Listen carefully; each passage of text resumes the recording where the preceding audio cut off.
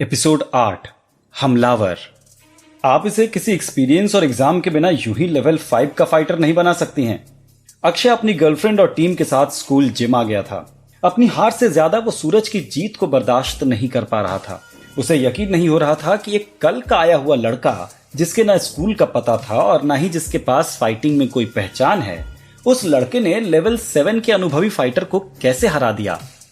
Mind your language Akshay, ये मत भूलो तुम किससे बात कर रहे हो। तुम्हें स्कूल से निकाला भी जा सकता है और तुम्हारा फाइटिंग स्टेटस भी छीना जा सकता है। मोनिका ने अक्षय की तरफ गुस्से से देखते हुए कहा। सूरज और अकीरा चुप खड़े हुए थे। अकीरा तो इस बात से हैरान थी कि कोई मोनिका से इस तरह बात कैसे कर सकता है। मैं जानता हूं कि मैं इस स्कूल की हेड मिस्ट्रेस से बात कर रहा हूं, पर स्कूल के रूल्स स्टूडेंट्स के लिए तो होते ही हैं, पर हेड मिस्ट्रेस के लिए भी।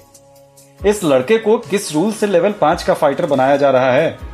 क्या इसके पास पिछले स्कूल्स के सर्टिफिकेट हैं? इसने कभी फाइटिंग स्कूल देखा भी है? अक्षय की नजरों में हिकारत और नफरत दोनों ही थी। सूरज के कपड़ों और व्यवहार से वो समझ चुका था कि सूरज पाशो शहर का नागरिक नहीं है। वो हर हाल में सूरज को हराना या नीचा दिखाना चाह रहा था। तुम बस सूरज से इसलिए नफरत कर रहे हो कि सूरज ने तुम्हें पहली ही फाइट में हरा दिया। तुम अपनी हार बर्दाश्त नहीं कर पा रहे हो। अकीरा ने सच बोल दिया था। तुम्हारी राय किसने मांगी अकीरा? खुद तो 3 बार में लेवल 5 के एग्जाम पास कर पाई हो। अपना मुंह बंद रखो, समझी ना, लूजर कहीं की। अक्षय ने जहर उगलते हुए कहा। सूरज ने आगे बढ़कर अक्षय को पकड़ने की कोशिश की, पर मोनिका ने सूरज का हाथ पकड़कर उसे रोक लिया।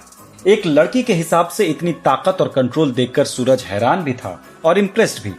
उसकी आंखों में मोनिका के लिए रिस्पेक्ट थी। अकीरा को यह पसंद नहीं आया। अक्षय, अगर तुमने एक बार और अपनी जुबान से बदतमीजी की तो मैं तुम्हें सस्पेंड कर दूंगी। और जहां तक रूल्स की बात है तो स्कूल रूल बुक के हिसाब से हेड मिस्ट्रेस या हेड मास्टर को स्पेशल राइट्स मिले हुए हैं। उन अधिकारों का प्रयोग हेड मिस्ट्रेस विशेष कारणों से कर सकती है। तुम्हें मुझे नियम कानून सिखाने की कोई जरूरत नहीं है, समझ गए ना? मोनिका की आवाज में अथॉरिटी थी, जिसे सुनकर अक्षय थोड़ा पीछे हट गया। मुझे माफ कीजिए मैम, मेरा मतलब बस ये था कि ऐसा कौन सा विशेष कारण है जिससे इसे स्कूल में एडमिशन लेने पर सीधे लेवल 5 का फाइटर बैच दिया जा रहा है। अक्षय ने सूरज पर घृणा भरी नजर डाली और मोनिका से पूछा। सबसे पहली बात तो ये कि किस स्टूडेंट का एडमिशन किस कारण से हुआ है वो स्कूल मैनेजमेंट का अधिकार है, किसी स्टूडेंट का नहीं।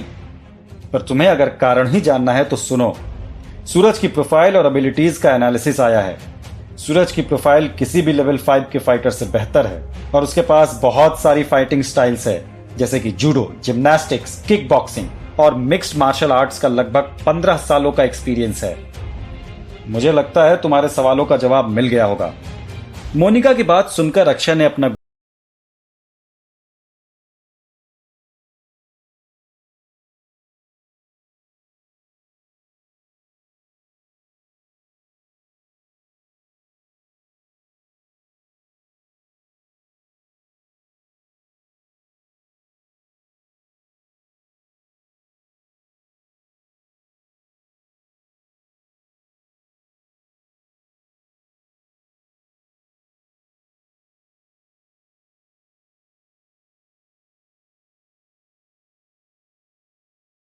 कहा। सूरज की बात सुनकर अकीरा का मूड खराब हो गया। उसे सूरज और मोनिका की यह नजदीकी बिल्कुल अच्छी नहीं लग रही थी। तो ठीक है सूरज, मैं तुम्हारा नाम ऑफिशियली फाइटिंग लीग में ऐड कर लेती हूं। और 1 मिनट, अक्षय की ओर देखते हुए मोनिका ने कहा। तुम्हें सारे सवालों के जवाब मिल गए हैं, अब तुम जा सकते हो। और हां, आगे से ध्यान रखना, मुझसे ऊंची आवाज में बात करने की हिम्मत मत करना। अक्षय अपनी टीम के साथ चला गया। अकीरा ने सूरज को भी साथ चलने का इशारा किया, पर मोनिका ने यह देख लिया। अकीरा तुम जा सकती हो, मुझे सूरज से कुछ बात करनी है। मोनिका के ऑर्डर पर अकीरा जिम से जाने लगी। सूरज, लीग के लिए किसी भी तरह की मदद चाहिए हो प्रैक्टिस को लेकर तो मुझे जरूर बताना। चाहो तो मेरे घर भी आ सकते हो। सूरज को इस तरह की मदद से विक्रम अंकल और रघु की याद आ गई। जिम से निकलते हुए ये आखिरी बात अकीरा ने सुन ली थी। और प्रोबॉट ने तुम्हारे लिए एक फाइटर ड्रेस तैयार की है, तुम्हारे फायर वेपन की तरह शानदार। मोनिका ने सूरज के सीने पर हाथ रखकर कहा। अपनी ट्रेनिंग लिस्ट और टाइम टेबल भी देख लो। उसके हाथ सूरज के सीने से फिसल कर उसकी बेल्ट पर आ गए थे। आई होप तुम्हारे बदन के हर अंग पर फिट आ जाएगी। Thank you Monika for everything, Suraj ने कहा। स्कूल में तुम मुझे मैम कहो तो बेहतर होगा। मुस्कुराते हुए मोनिका ने उसे आंख मारी और अपने खूबसूरत बदन को लहराते हुए चली गई। इस दुनिया में रात लगभग 8 बजे रघु ने विक्रम अंकल को मैसेज कर दिया था कि प्रोफेसर शर्मा नहीं मिल पाए थे और वो उनसे मिलकर ही लौटेगा। अरे यार भूतनी के, ये बारिश रुकने का नाम ही नहीं ले रही और ऊपर से ये नेटवर्क खराब है। विक्रम अंकल को भी कॉल नहीं लग पा रही। मुझे लगता है वो मुझे कॉल नहीं लगा पाएंगे।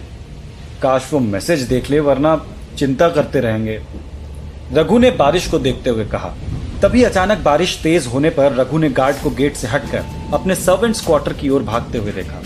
अरे वाह भगवान, तूने अंदर जाने का रास्ता निकाल दिया। ओए, आकर देता हूं इसके पैसे।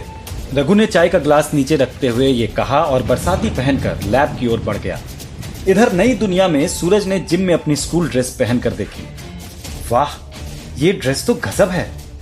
मुझे लग रहा था कि ये छोटी है, पर यह तो अपने आप मेरे शरीर के हिसाब से फिट बैठ गई। सूरज ने अपने डोले फुलाते हुए कहा। उसने ग्लव्स पहन लिए थे और उसके ऊपर अपनी रिंग पहनकर अपने अटैक दोबारा चेक कर लिए थे। साथ ही उसने अपने फाइटिंग अकाउंट में स्टेमपॉड पोर्टल को भी चेक कर लिया था। अब मुझे अपनी ट्रेनिंग और टाइम टेबल देख लेनी चाहिए और प्रैक्टिस शुरू कर देनी चाहिए। और अब जब स्कूल में आ गया हूं तो मुझे यह भी पता करना होगा कि मेरा वो अनजान दोस्त है कौन जिसने मुझे टिप दी थी। जिम से निकलते हुए सूरज ने कहा। वो अभी जिम से निकलकर जा ही रहा था कि तभी उसकी नजर रोज गार्डन में गई, जहां अकीरा एक लड़के से बात कर रही थी। उसे देखकर ऐसा लग रहा था कि वो उस लड़के से मुलाकात छुपाना चाहती हो। वो लड़के को खींचकर एक वाटरफॉल के पीछे चली गई। अरे ये तो वही लड़का है जिसे उस दिन मैंने अकीरा के साथ टाइगर जिम के बाहर देखा था। अकीरा ने उसे पैसे भी ट्रांसफर किए थे और मेरी ओर इशारा करके कुछ कहा भी था। सूरज उनको देखने की कोशिश कर ही रहा था, पर वो दोनों गायब हो चुके थे। मुझे अकीरा और इस लड़के से थोड़ा सावधान होना पड़ेगा। पता नहीं क्या खिचड़ी पका रहे हैं दोनों मिलकर। सूरज ने आगे सोचा। कितनी अजीब है अकीरा, कैसे उस रात मेरे कमरे में आ गई थी और वो भी बिना किसी कपड़ों के। हद होती है किसी भी चीज की। सोचता हुआ सूरज सेकंड फ्लोर में अपनी प्रैक्टिस के लिए चला गया। सूरज स्कूल आ गया है, उस पर नजर रखना अब हमारे लिए आसान है। क्लासरूम में मैं नजर रख लूंगी और तुम कोशिश करना कि हर जगह तुम उस पर नजर रख पाओ। क्लास के बाहर, जिम में, प्रैक्टिस में, शहर घूमते वक्त, बाथरूम में। अकीरा ने उस लड़के मतलब निखिल से कहा। बाथरूम में? यह ज्यादा नहीं हो गया? वहां उसकी किस चीज पर नजर रखनी है? निखिल ने आंख मारते हुए पूछा। निखिल को अकीरा पसंद थी, इसलिए उसने अकीरा के पूछने पर इस काम के लिए हामी भर दी थी। अकीरा भी ये जानती थी और उसने भी इसलिए निखिल को यह काम करने बोला था क्योंकि वो अकीरा को मना नहीं कर पाएगा और उसे खुश करने की कोशिश में अपना 100% देगा। ज्यादा स्मार्ट बनने की कोशिश मत करो और हर दिन स्कूल में ही मुझे रिपोर्ट करना, और ना हो पाए तो कनेक्ट करके बता देना, ठीक है? अकीरा ने निखिल को कहा। कनेक्ट करने से अकीरा का मतलब फोन करने जैसा ही था। ये डिवाइस भी हाथ के नाखून में फिट रहते थे। सूरज को अभी इसके बारे में कोई खबर नहीं थी। रोबोट ने अभी तक ये गैजेट सूरज को जानबूझकर नहीं दिया था। ठीक है अकीरा, मैं क्लास के लिए जाता हूं, जो भी होगा तुम्हें बताऊंगा, बाय। ये कहकर निखिल चला गया और अकीरा भी अपनी क्लास की ओर चली गई। अपनी स्क्रीन पर अकीरा और निखिल को देखता हुआ प्रोबॉट खुश हो गया था। इंटरेस्टिंग, अकीरा तो जरूरत से ज्यादा स्मार्ट निकली। अब आएगा ना मजा। सूरज, अब तो तू गया समझ। प्रोबॉट की हंसी लैब में जोरों से गूंजने लगी। इधर इस दुनिया में Raghu physics research and development lab में पहुंच गया था। मुझे प्रोफेसर पुनीत शर्मा का पता लगाना है कि वो इस लैब में कहां है, और साथ ही उस प्रोफेसर से पूछना है कि उसने झूठ क्यों कहा। इतनी बड़ी सरकारी लैब है और इतना अंधेरा, और गार्ड कह रहा था कि यहां रिसर्च होती है। गजब लोग हैं भाई।